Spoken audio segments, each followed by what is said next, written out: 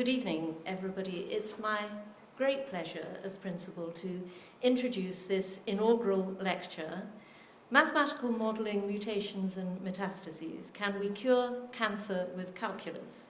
A highly alliterative title, to be delivered by Professor Mark Chaplain, the Gregory Chair of Applied Mathematics in the School of Mathematics and Statistics here at the university. Mark joined St Andrews in 2015 to take up the Gregory Chair. Mark had completed both his undergraduate and his doctoral degrees in applied mathematics at the University of Dundee. He spent the first 6 years of his academic career at the University of Bath before returning to Scotland and Dundee in 1996. And I should tell you that the helpful notes provided for me in putting together this introduction remark the same year as the birth of Dolly the sheep ensured the university hit the headlines. At Dundee, he progressed from senior lecturer to reader and then to professor of mathematical biology, a distinction achieved in October 2000. In February 2013, he was appointed to Dundee's Ivory Chair of Applied Mathematics. Between September 2006 and December 2012, Mark also served as the head of the Division of Mathematics at Dundee. We at St Andrews had long been aware of Mark's considerable talents and were delighted when he agreed to take up the Gregory Chair here in 2015. Do come in and take a seat, please. Mark was awarded the Whitehead Prize from the London Mathematical Society in 2000, and he was elected a Fellow of the Royal Society of Edinburgh in 2003. In 2007, he was awarded a Leverhulme Personal Research Fellowship, and in 2009, he became the recipient of a European Research Council Advanced Investigator Grant. Last year, he was elected a Fellow of the Society of Mathematical Biology. Mark is only the third person appointed to the Gregory Chair. The chair was established by the university in March 1967 to allow for the recognition of the further senior mathematician at the university alongside the Regius Professor of Mathematics. The Regius Professorship had been established at St Andrews some 300 years earlier by King Charles II, and the first recipient of the professorship was the remarkable Scottish mathematician James Gregory. The holder of the Regius Professorship in 1967, Professor Edward Copson, thought it a worthy celebration of Gregory's achievements and the chair's tercentenary to name a second chair at St Andrews after him. Professor Samuel Newby-Curl was first to be appointed to the chair at the same time as a new department of applied mathematics was opened at the university. The distinguished mathematician Eric Priest took up the Gregory Chair in 1997. Like Gregory, Professor Priest's fascination is the planets, and he remains celebrated for this work on the physics of the sun, and in particular the role of current sheets in stellar flares. Eric's spirited engagement with his subject and his colleagues set in place an intellectual vigour at St Andrews that I hope Mark's work carries forward. With the appointment of Professor Chaplain, mathematics at St Andrews takes a fresh turn. Professor Chaplain applies mathematics not to planetary systems but to natural systems, and in particular to human bodies and their maladies. He is an expert in the mathematical modelling of cancer tumour growth. Cancer tumours are known for their irregular and often rapid growth, and Professor Chaplain's work helps us better understand their early development, as well as the effects different treatment regimes have upon them. Mark's ambition is to develop models and algorithms sufficiently sensitive to create a virtual tumour, which could be used as a medical aid, allowing doctors to model the likely pathway of the cancer and its responses to treatment. The goal of all this work is the right and noble aim of better human health and lessened suffering. Mark leads the mathematical biology group at St Andrews, which is the most recent addition to the school's research portfolio and represents a strategic effort by the university to apply the insights of mathematics to the life sciences and healthcare. The group develops, analyzes, and simulates mathematical models to study the key mechanisms which underpin the dynamics of biological systems, and is working in the fields of ecology, epidemiology and evolution, as well as with cancer. It's fascinating to see methods applied across such a wide range of both spatial and temporal scales, from nanoparticles to proteins to populations, from milliseconds to millennia. Mark has published almost 200 articles to date in peer-reviewed journals and is invited, of course, to speak around the world. He is exceptionally active within the field of applied mathematics, both as an organizer of conferences and workshops and as an editor of prestigious journals, including the Journal of Theoretical Biology. Just last month, Mark hosted the British Applied Mathematics Colloquium, the most significant meeting of its type, here at St Andrews, an event to which I was delighted to welcome 300 participants. That's a prodigious amount of organisation with a very proficient team surrounding Mark. As you would expect, he sits also on numerous review panels and awarding panels, including that of the Royal Society. Mark has also supervised 30 doctoral students, and I note that 14 of these students are women, an unusually high and encouraging number. A chair such as this is named, of course, not only to remember, but to inspire, especially as he takes up the post of the head of the School of Mathematics and Statistics next year. We look forward to Mark making use of his experience and discernment to frame a bold, distinctive and inclusive future for applied mathematics at the university. Slightly unusually, after the lecture, the Dean of Arts and Divinity will deliver a vote of thanks to our lecturer. Our Dean of Science must send his regrets. I'm afraid I can't resist making the obvious remark that mathematics is, of course, an art as much as a science. You are then, of course, all warmly invited to a drinks reception in Lower College Hall. So now it's my pleasure to invite Professor Mark Chaplain to deliver his inaugural lecture, Mathematical Modelling, Mutations and Metastases, Can We Cure Cancer with Calculus? Mark.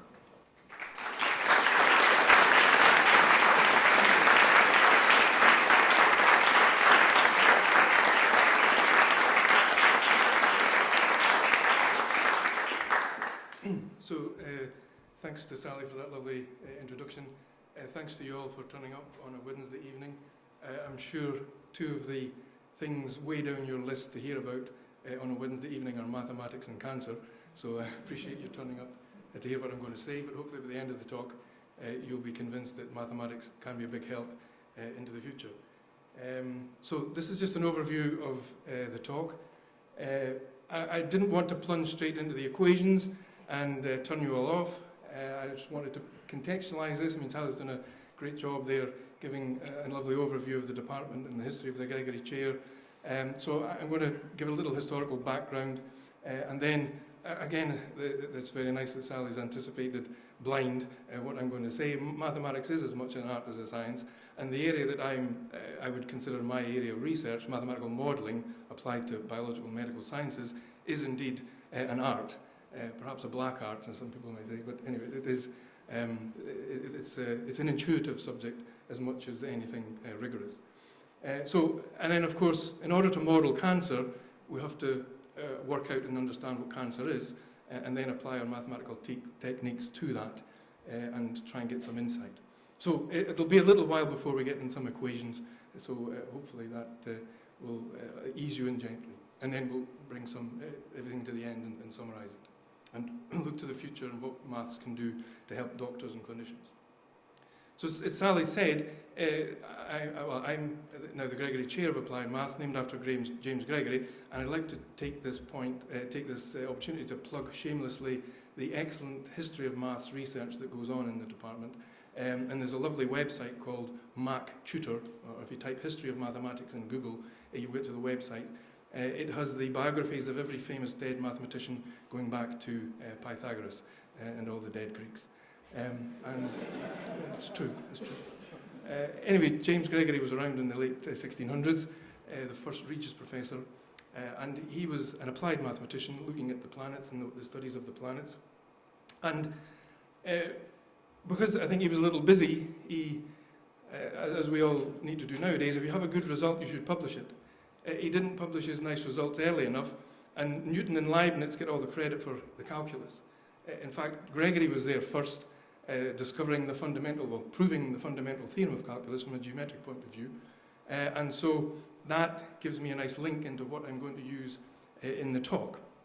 So for those of you who maybe remember, I can see some of my students here, so I'm sure they know I hope they know what the calculus is.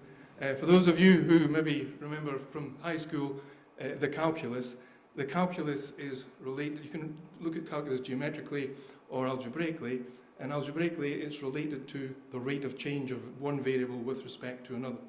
So this is the famous dy by dx. That's the start of calculus, differential calculus. And from this equation, we can solve the equation for the variable y in terms of the variable x. And I'm going to try and illustrate as we go along with practical examples just exactly how we use calculus in real everyday life. And so, for example, when you're driving your car and you accelerate, the acceleration is the rate of change of your speed, or rate of change of velocity actually in a given direction.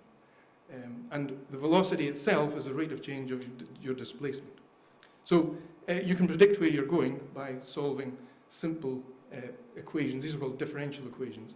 And that's essentially what I use in my research in modelling biological and medical systems.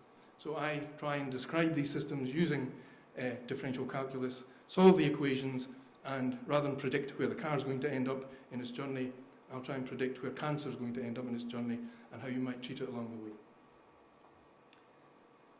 And of course, shortly after Gregory discovered the fundamental theorem, Newton comes along and applies calculus, which he'd obviously been involved in, and his famous laws of motion, and perhaps the most famous one, which most people have heard, is force is mass times acceleration. So if you have a body of mass m and you apply a force, that body will accelerate.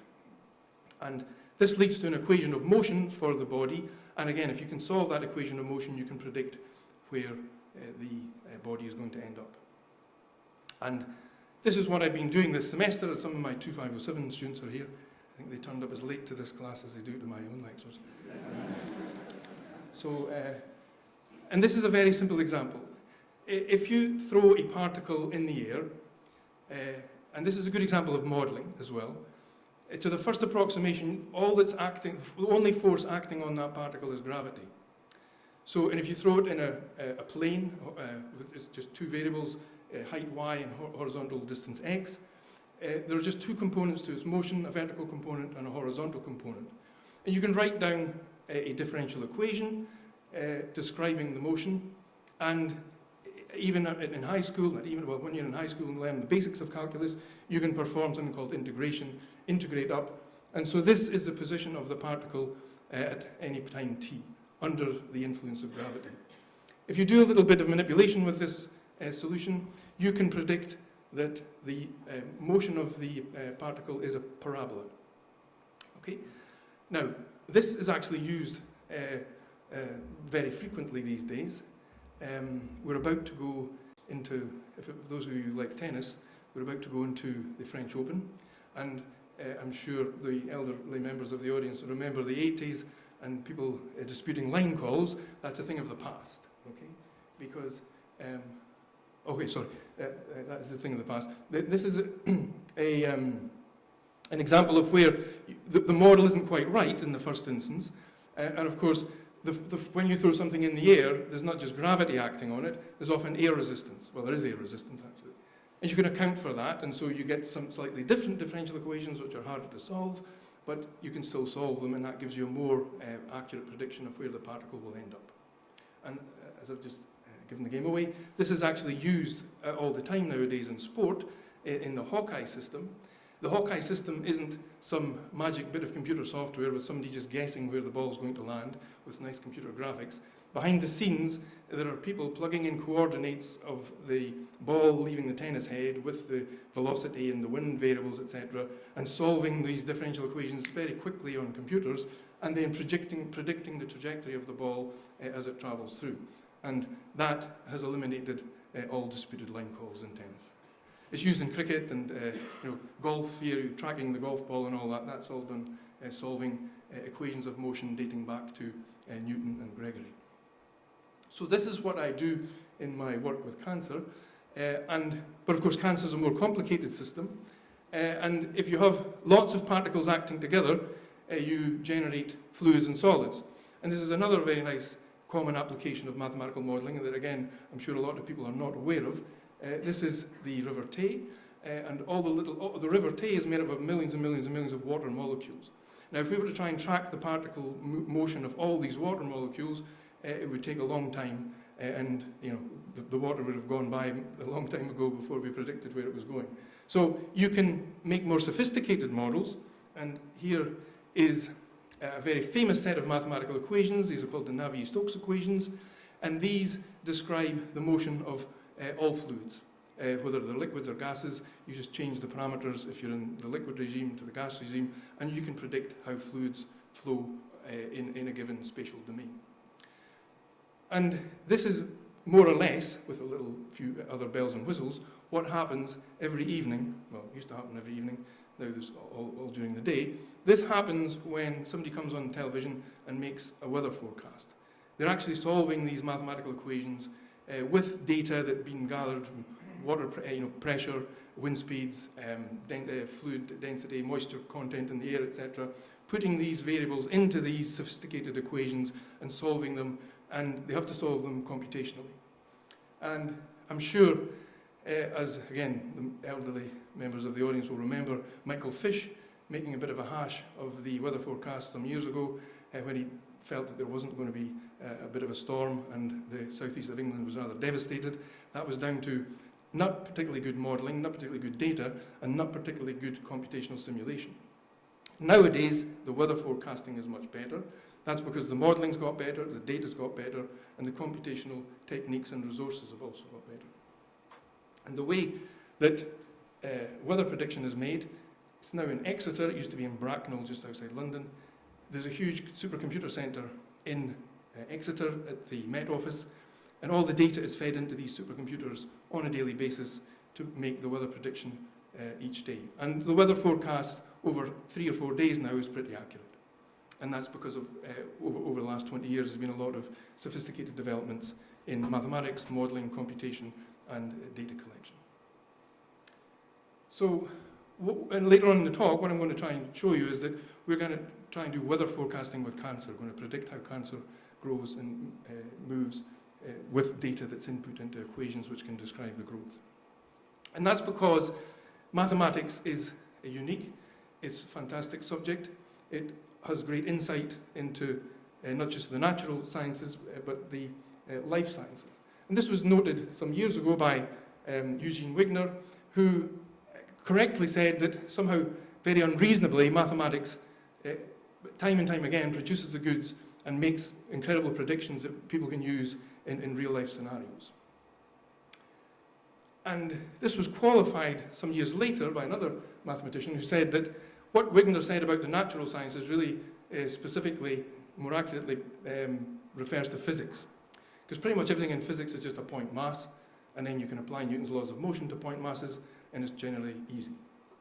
Okay. Biology. It's my inaugural lecture, I can say these things. If you model things in biological and medical sciences, things are not point masses. Cells, an individual cell itself moves around, changes shape, it's, in itself is complicated. So modeling things in physics is relatively easy.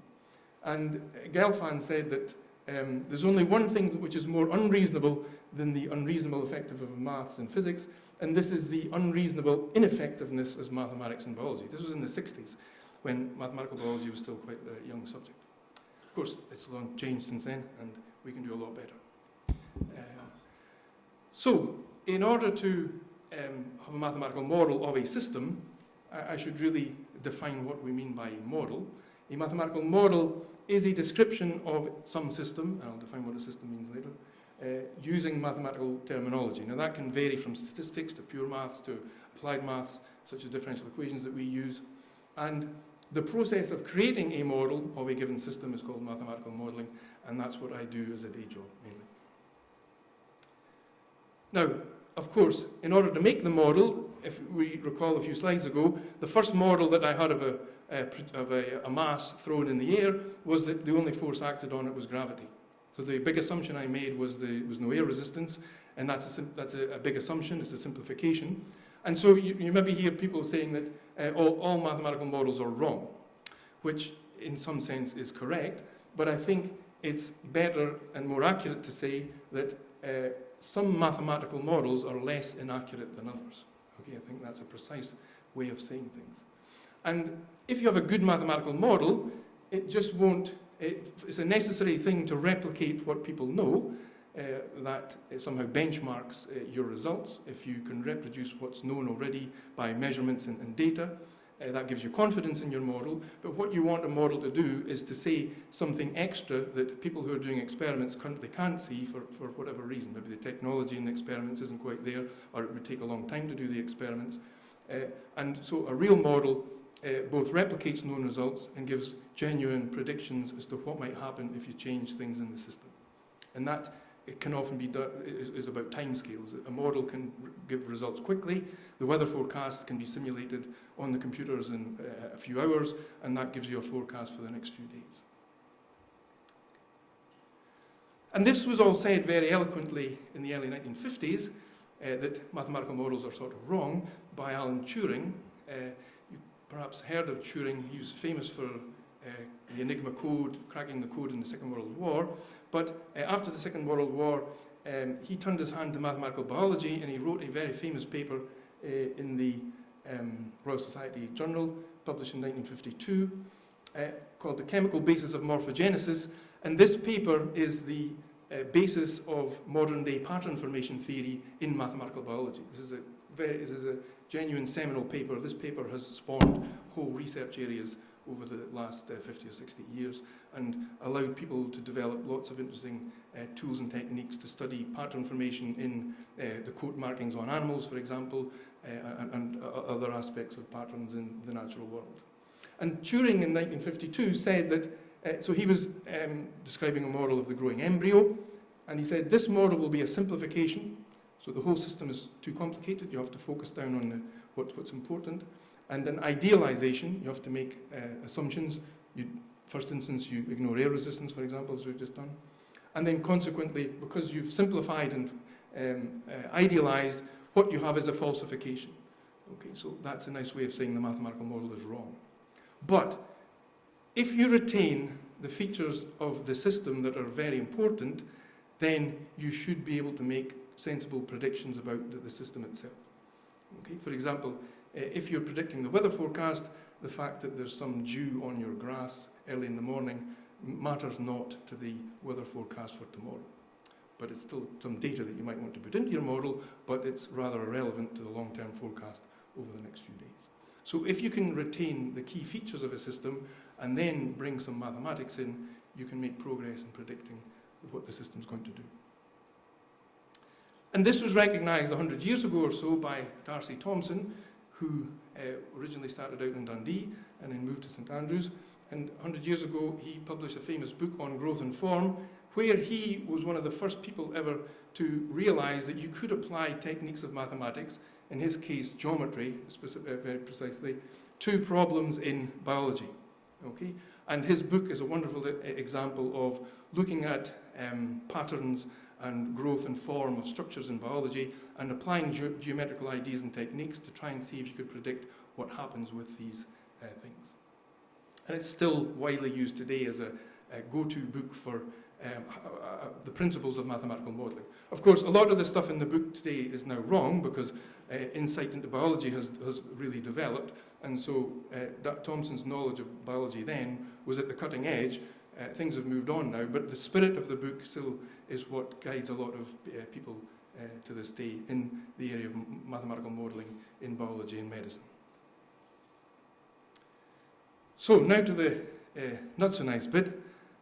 The system I'm interested in looking at is cancer. And so I'm sure you all know roughly what cancer is. It's a dreadful disease. It kills a lot of people, unfortunately. And we need to understand more about cancer to treat it better, to allow people better qualities of life. So this was something I found when I did my PhD in the late 1980s. Cancer in it hasn't really changed since then. This is a definition of a solid tumour, which is what I'm mainly interested in. Cancer, of course, can arise in any cell line in the body. So, for example, blood cancers like leukemia, I will not be modelling and don't model. They're completely different to solid tumours, as you might understand. But if you look at a solid tumour, this is defined clinically as a mass of tissue which forms as a result of abnormal, excessive, and inappropriate proliferation. So the cancer cells rapidly divide and grow into a little mass of cells. And that growth continues indefinitely and regardless of the mechanisms which control normal cellular proliferation. Sometimes in our body, cells proliferate rapidly anyway. For example, in wounds, if you cut yourself, the cells in the wound rapidly proliferate in order to get into the wound quickly and heal it. That's a good thing. But once the wound is healed, the cells go back to normal and they stop. In cancer, they don't. There's an interesting paper in the 80s describing cancer as wounds that do not heal. The proliferation just keeps on going, and that's where you get your mass. And it's a generic term for a wide range of diseases. Cancer is a malignancy. You can get benign tumours, which generally speaking don't do people any harm, but cancer is the term for malignant tumours. And as we'll see in a few slides, a key process that unfortunately occurs is metastasis, which means the spread of cancer from a primary location to a secondary location in the body. Now, of course, one could spend a whole hour in itself, and I've got an hour, 45 minutes in itself, describing cancer in itself, and all the differences and all the different types of cancer. I won't do that. 15 years ago, or 18 years ago now, there was a very famous paper called The Hallmarks of Cancer, published in a very famous journal called Cell by two Americans, Hanahan and Weinberg. This paper is simply referred to as Hanahan and Weinberg these days. It's cited thousands of times. And in this paper, Hanahan and Weinberg identified what they called hallmarks, 6 hallmarks, 6 key differences between cancer cells, cancer tissue, and normal cells and normal tissue.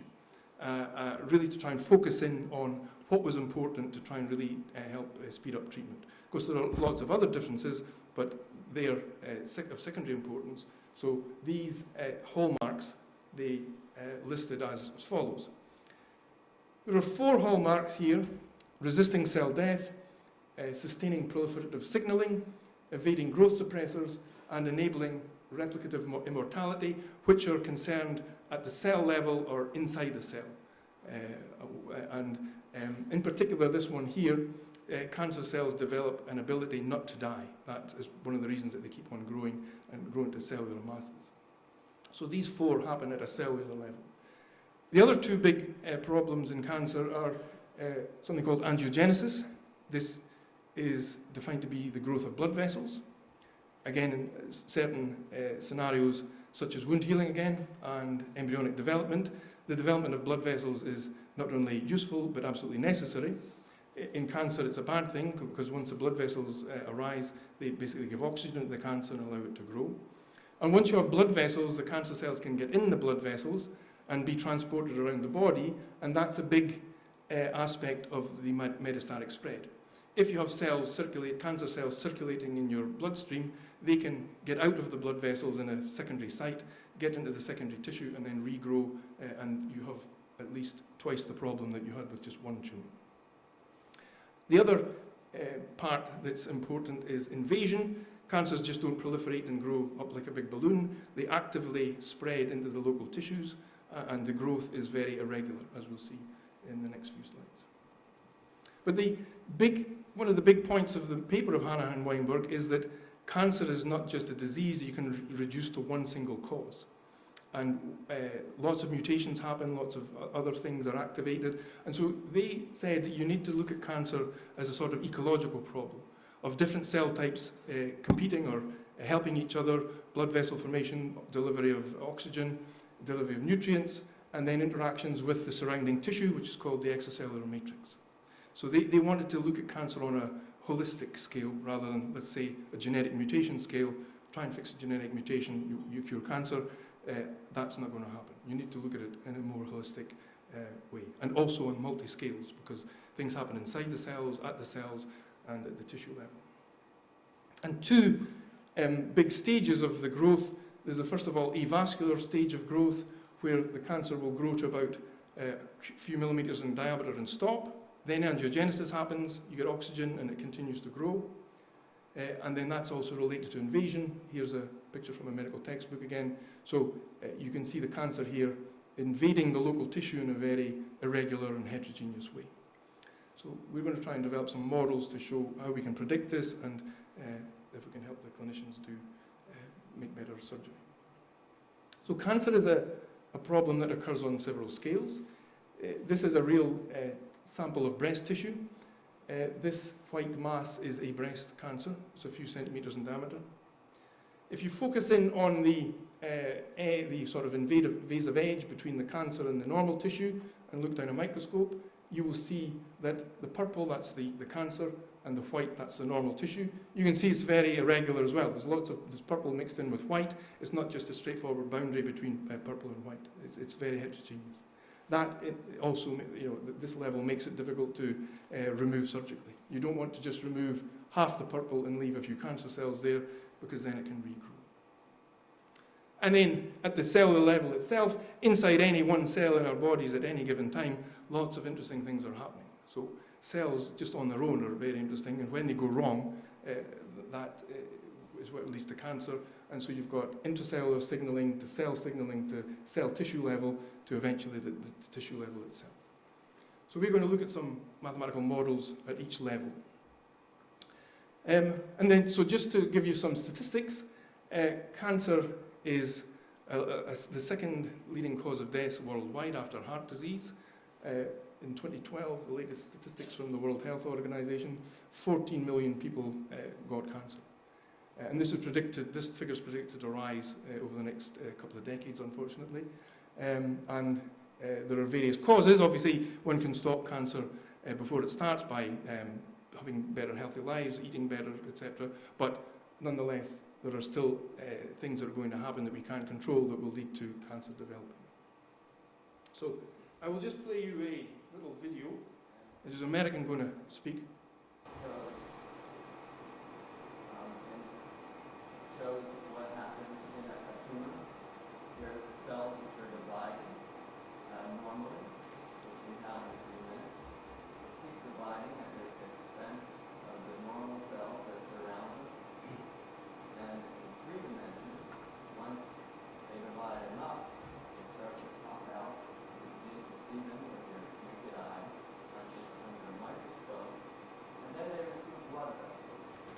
They need to recruit blood vessels in order to grow to a size that's greater than just a tenth of an inch in diameter.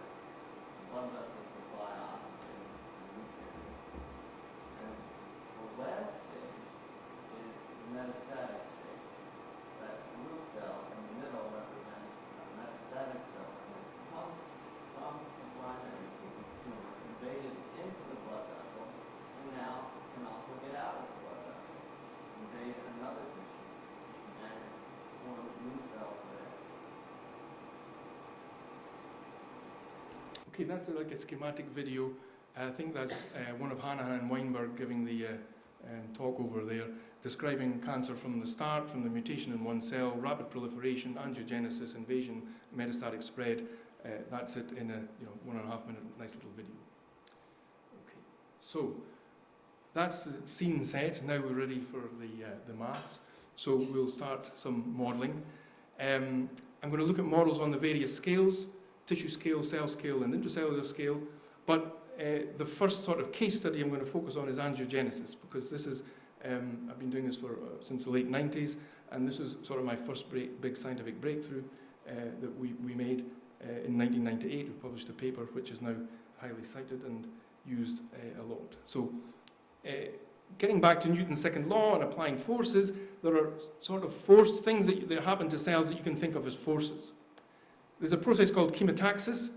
Chemotaxis occurs when you have chemicals released in the environment of a cell, diffusible chemicals, and the concentration will vary. And the cells can detect through receptors on their surface the differences in concentrations, and the cells will then prefer to move to areas where the concentration level is high. So it's directed motion up concentration gradients. There's another force you can think of, it's called haptotaxis, so it's a similar name. And that involves cell migration in extracellular matrix.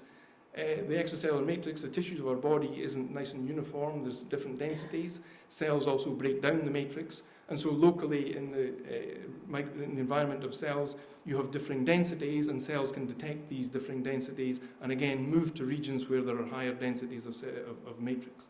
So it's directed motion due to the extracellular matrix. It's called haptotaxis.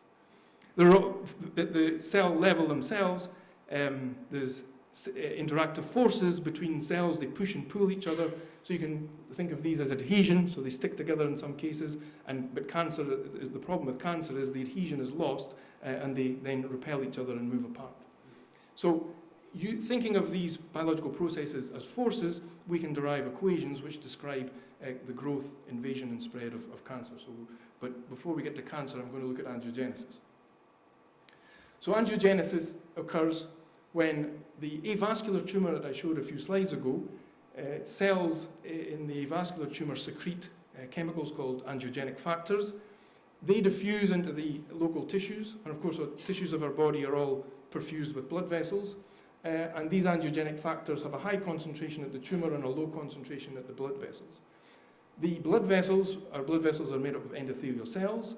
These cells detect the gradients, and so they begin to break down the membrane of the blood vessel and start to migrate into the extracellular matrix back towards the tumour. They proliferate and migrate. Vessels that are close to each other can fuse together. Once you have a fusion of these new vessels, the blood flow in the main vessel can now be diverted around this loop, and so the process repeats. You have growth, fusion, flow, and eventually the system connects with the tumour, and once the blood gets there, it oxygenates the tumour and it expands. Okay, so this is a summary. Secretion of angiogenic factors. The endothelial cells move due to these sort of forces, chemotaxis and haptotaxis. They proliferate. New vessels are formed. You get loops. You get blood flow. The tumour is connected with, and you get rapid expansion of the tumour.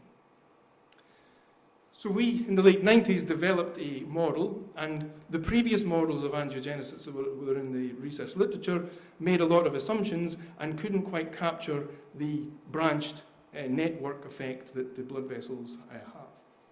So myself and a colleague wrote down our equations. These are the equations for the endothelial cells. They're moving under chemotaxis and haptotaxis. It's like a force acting on them. And then we have angiogenic factors. This is the matrix. And then there are some other enzymes in the system which degrade the matrix. And we can predict where the endothelial cells move on a grid by solving these equations. And if we do that, and when we did that in the late 90s, there was a big breakthrough in the field. You can see here on the left, this is a real experiment. There's a little pellet here soaked in angiogenic factor. There are some blood vessels at the top, and the blood vessels have grown in response to the chemicals that are in the system. And this is our simulation replicating that system. And you can see when you can do some formal analysis and do branching numbers and connections, etc. But you can see this pretty accurately replicates the experimental data. And then once you get a bigger computer, you can do that in 3 dimensions. And so this is a 3-dimensional simulation of blood vessel growth in response to the angiogenic factors and the matrix. And this is in response to a little yellow spherical mass of cancer cells in the middle. So this is really modelling 3-dimensional angiogenic response to an avascular tumour. Okay, so that was in the late 90s, and we were really pleased. And then, if you've been following the talk so far, I hope, you'll realise that this model is wrong. So can anybody tell me why this model is wrong?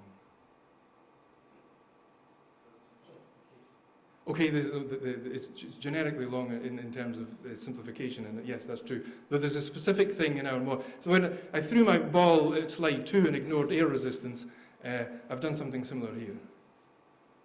Anybody think what we've done? That was taken into account, but that's a good point. You're paying attention. Well done. The clue's in the name of blood vessels. What do blood vessels carry? Blood, exactly. And we didn't put blood in our blood vessels. But nobody had done so, and this was a big advance, just to have a network that looked like the blood vessel network. So, of course, you do the obvious thing. You get your first model published, and then you try and improve the model. But of course, Darcy had realised this 100 years ago, and he said that one of his chapters from the book it talks about the structure of blood vessel network, and he realised by looking at the data that the flow of blood in blood vessels is actually a big important aspect of blood vessels. Blood vessels are not like concrete pipes where water flows through and nothing happens to the concrete pipes. Okay, blood vessels are elastic, and the flow of blood changes the blood vessels, and so the blood flow is connected to the structure and the growth of the network. So you have to do that to make your model more accurate and better prediction. So we did that. Okay, so of course the first thing we do is the easy thing. You treat blood vessels as concrete pipes, one step at a time, and you in your blood vessel network you put some flow, and you assume that the flow is a standard type of flow in pipes called Poiseuille flow with a few bells and whistles on, and then you assume the obvious thing because flow in pipes doesn't leak through the pipes. You just assume that any flow that comes into a node equals the amount of flow that comes out. Excellent. We did that, and we published another paper. So just put it out one paper at a time. Always good for the ref. But of course, the vessels adapt. They change their size, they get smaller, they get bigger. And you can account for that. There's been some lovely experiments done in the late 90s by a group in Berlin, and they showed that the vessel adaptation to blood flow you could account for. Okay, so we did that. We put that into our system.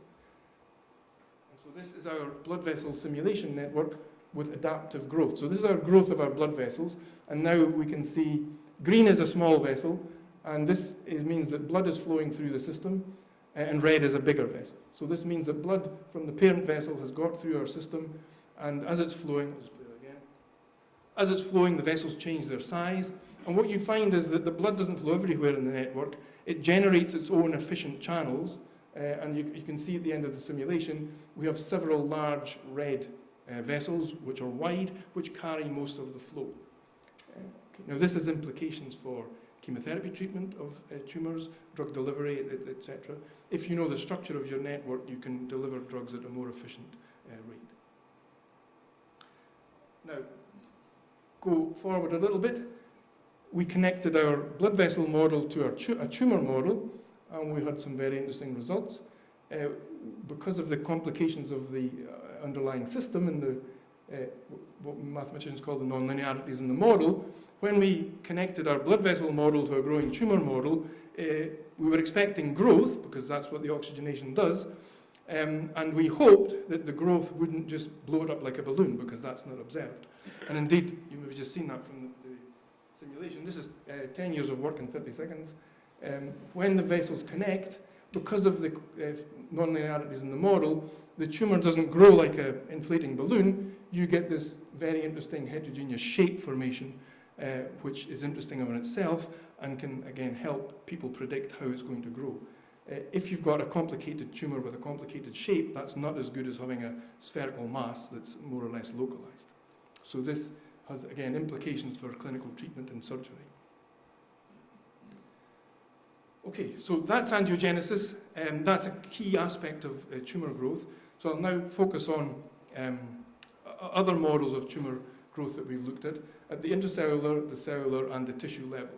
And at each stage, I want to try and connect with real data, because developing a model that's a theoretical model and it's just a nice model isn't much practical use. Okay, we really need to connect with data if we're wanting to help clinicians in the longer term. So this is a picture from Hanahan and Weinberg. This is key signaling pathways in cancer.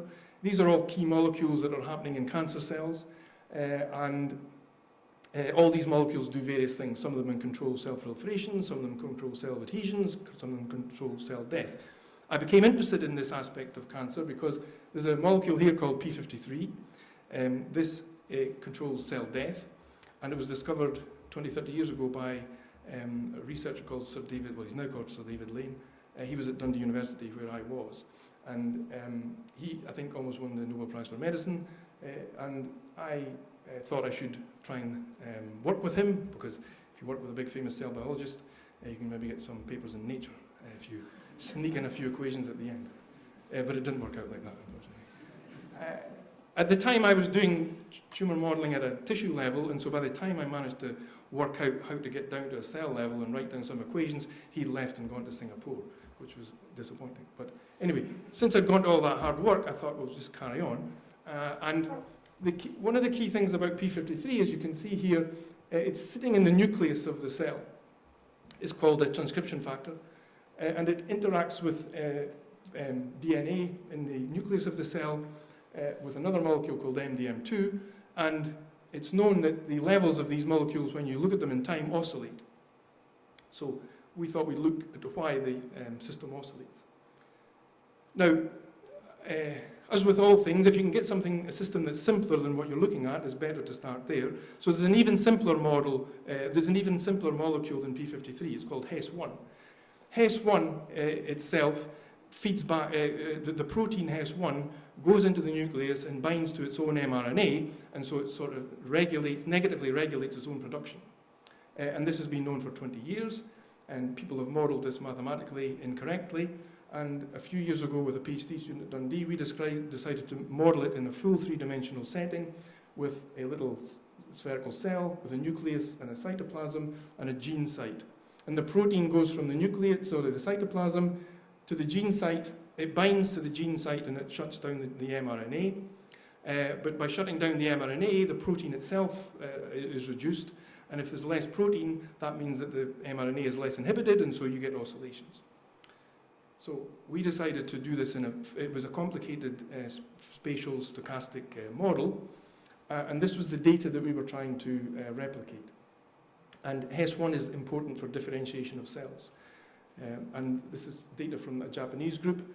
And the Japanese group were wondering if there was some mechanism behind things, because if HES1 levels are high, then you would differentiate down one pathway, and if HES1 levels are low, you would differentiate down another pathway. And they wondered if there was a mechanism which told the cells to differentiate when it was high or low. Because if cells differentiate at 6 hours in, are the levels always high or are they always low? So when we simulated it with our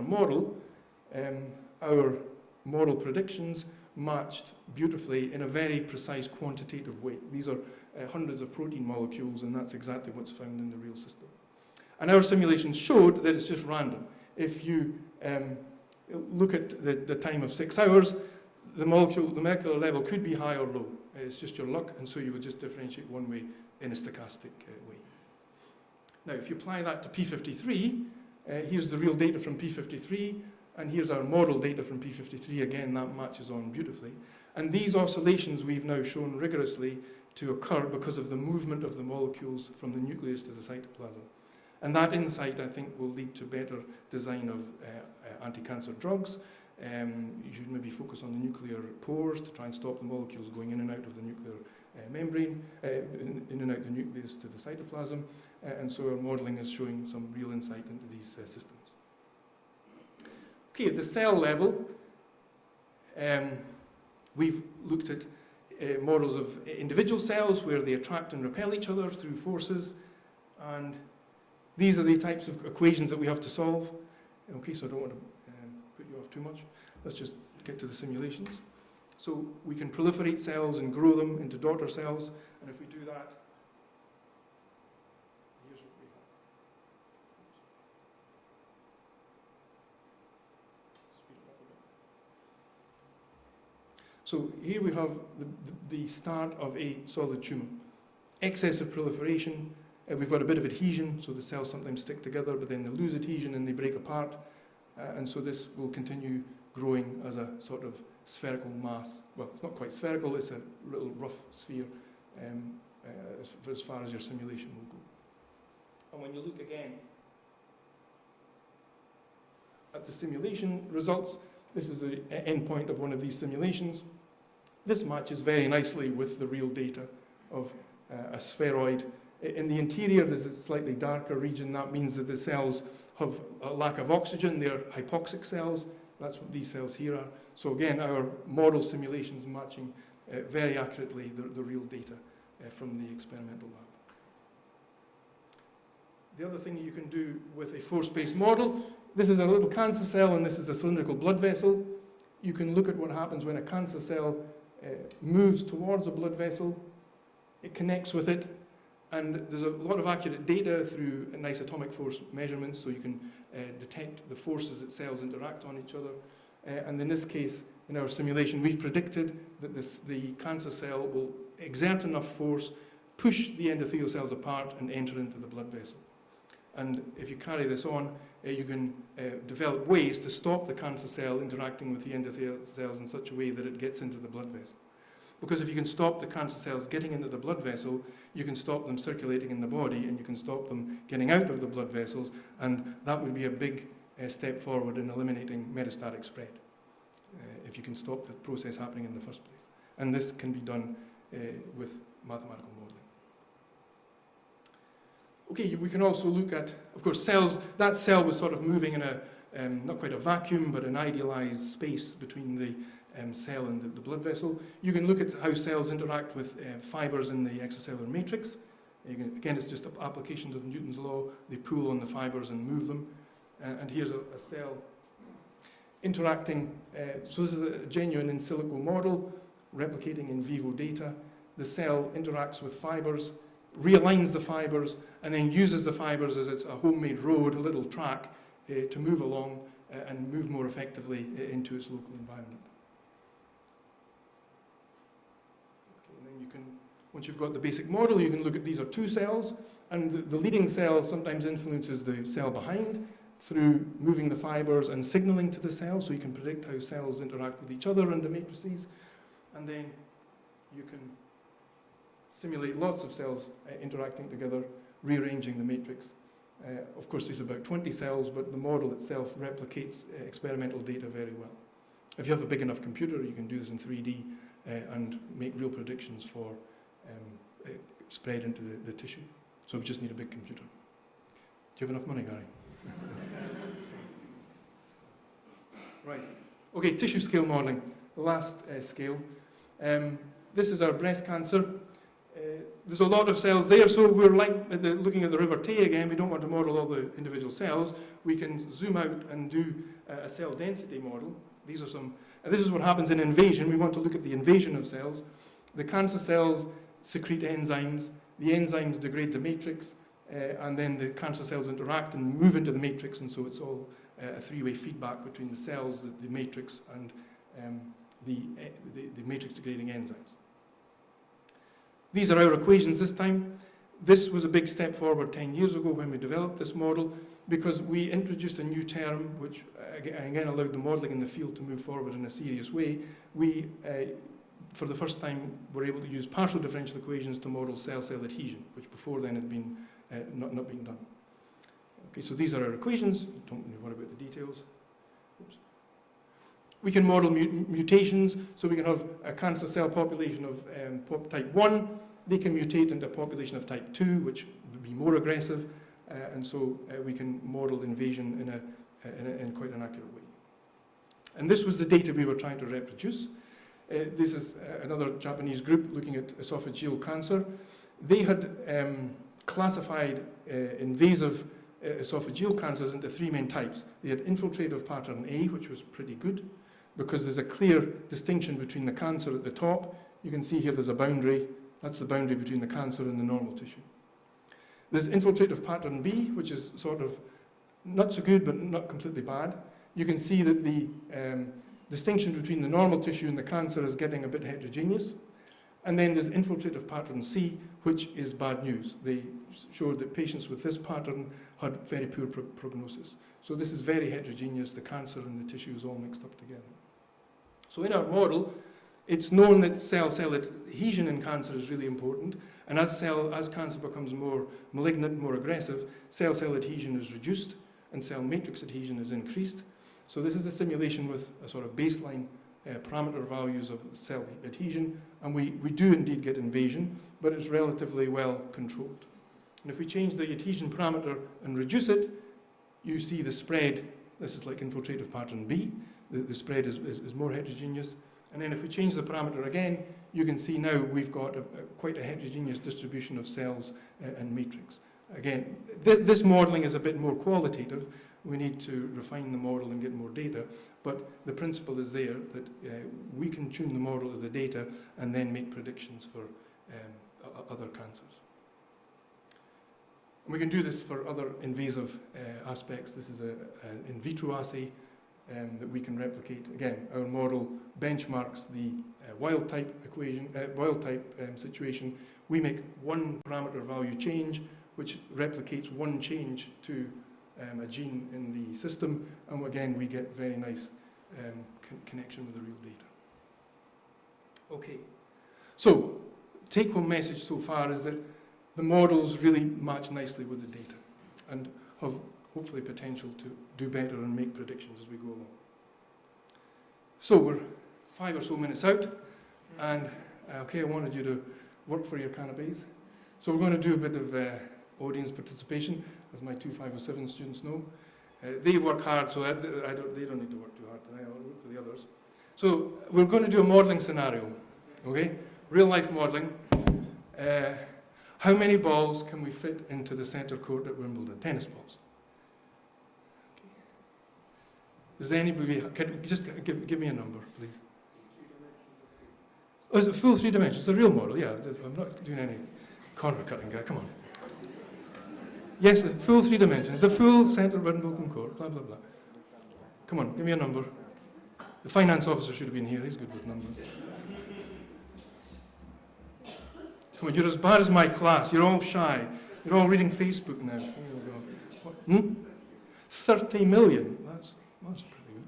Okay, I'll go with 30 million, right? Let's see. So we'll do the maths, right? Because it's obviously we can do this. So we'll take all the data's there. Just go online, check it out. There's a nice tennis ball that you get at Wimbledon. And you look at the data from Schlesinger. The tennis ball is 6.7 centimeters in diameter, and so we quickly can work out the volume of a tennis ball using 4 pi r cubed. Very good. Very usefully, if you go to the Wimbledon website, here's Wimbledon with its nice roof on. There's always raining. And if you go to the Wimbledon website, it tells you that the area of the roof is 5,200 square meters. And it is a height of 16 meters above the centre court. Excellent. So, I'm sure you can all know what's coming. I'm going to treat the centre court in Wimbledon as a shoebox with an area of 5,200 and a height of 16 meters. So there we go. We have the volume of the centre court as 8 times 10 to the 4. So therefore, the number of tennis balls we can get, which is divide one into the other, is 5.3 times 10 to the 8. So you weren't too far off, Gary. The last time I gave this, somebody said 10,000, so they were way off. So you should apply for the finance officer position. Okay. So anyway, what can we say? That's a load of balls, isn't it? Yes. It's probably the only time I can say that in front of the principal. But now, those of you who are paying attention know that this is not quite the correct answer. So why is it not the correct answer? What should I do to make it a better answer? Excellent. Well played, Rosemary. I'm glad somebody is interested in sphere packing. This is a famous problem in maths, and it comes from putting oranges in boxes, working out the best way to put oranges in boxes. And of course, there isn't really a good way to put oranges in boxes. But anyway, you do your best. There's a formula that says that if you're trying to put spheres into boxes, you have to adjust with a factor of 0.75 because there's a lot of empty space. Okay, so let's go back to our tennis balls in Wimbledon. So we had 5.3 times 10 to the 8. Let's adjust for the sphere packing by a factor of 0.75. 4 times 10 to the 8, well, that's still a lot of balls. Okay. So, but the point is, okay, before we do it, let's ask an expert.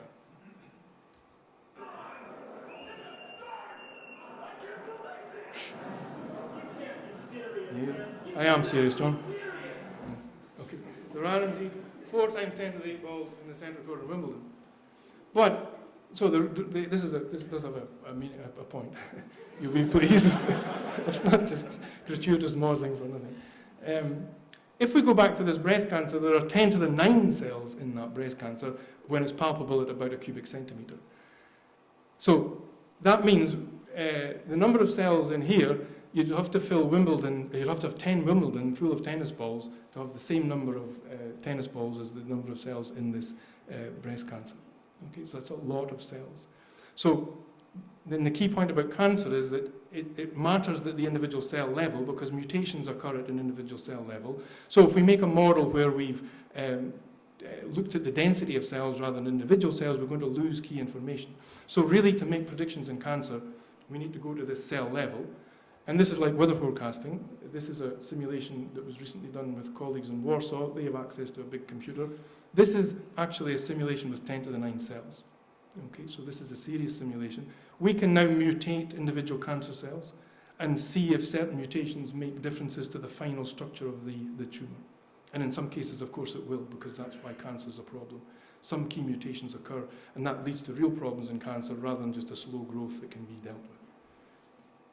So, as Sally said at the beginning, the aim of our future modelling now is to pool these models together into a virtual tumour. So, take the subcellular models, put them inside little cells, interact with the matrix, grow that up to a size of 10 to the 9 cells, 1 centimetre, which is a palpable tumour, and have angiogenesis in there as well, because that's very important. And then try and mathematically, there's some interesting mathematical problems to link this individual modelling to the differential equation modelling. And that's a sort of mathematical side issue that we like to do as mathematicians. So that's just been recently published. And so just to summarise, individual patient medicine is becoming more and more popular, and rather than treat everybody the same for a given disease, because we're all different, and give people the same drug regime for whatever they have, you can do tests on people to try and optimise their treatment. This is across a range of diseases. So it's our aspiration that as part of personalised medicine, part of the biomarker assays, etc., will be supplemented with our virtual tumour, and that should give insight into the key problems. So at the tissue scale, we can predict how it's going to invade. At the cell scale, we can look at the consequences of cell mutation and phenotypic diversity as things grow. And at the intracellular scale, we can look at all these interesting molecules that really control higher order problems, higher order levels of cell development.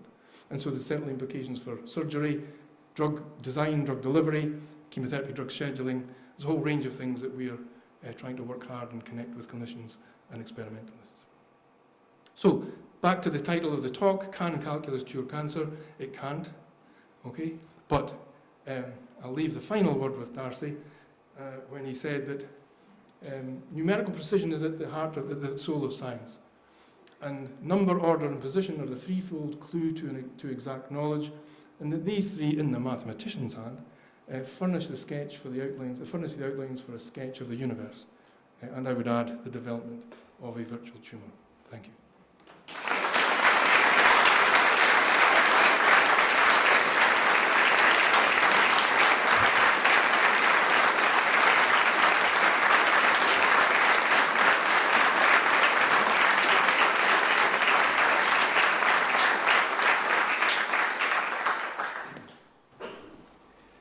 Well, it's my very great pleasure to offer the vote of thanks to Professor Chaplain. If I was to draw attention to all the highlights of his lecture, it would take me almost as long as the lecture itself, and since I can't hope to be half as interesting, you believe I'm not going to attempt to try that. Instead, I'll be brief by focusing on 3 key themes. And the first theme for me is understanding. Professor Chaplain has given us a masterclass in making complex matters accessible and engaging. I'm sure that all of the non-specialists in the audience, like me, will have been enlightened, and I speculate that even the specialists may have seen some new connections. Indeed, the second theme for me is connection. Professor Chaplain has shown us very much how important it is to connect the very best pure science to the most pressing problems in diverse fields of application through interdisciplinary dialogue. The range of connections in today's lecture has been quite remarkable and relevant for all of us, which takes me to the final theme, which is relevance. For some of us, accurate weather forecasting was enough to demonstrate the relevance of mathematical modelling, since the weather is always very interesting here in Scotland. But more seriously, probably all of us here have lost someone to cancer, or know someone amongst our family or friends who has suffered such a loss. We all appreciate now the difference that advanced mathematical techniques can make in developing better treatments for this devastating disease. So let me conclude by thanking you, Professor Chaplain, for your lecture. You have helped us to have a better understanding of the role of mathematics in solving our problems, allowed us to see new connections, and inspired us to follow your brilliant example of rigour and relevance. Professor Chaplain, thank you.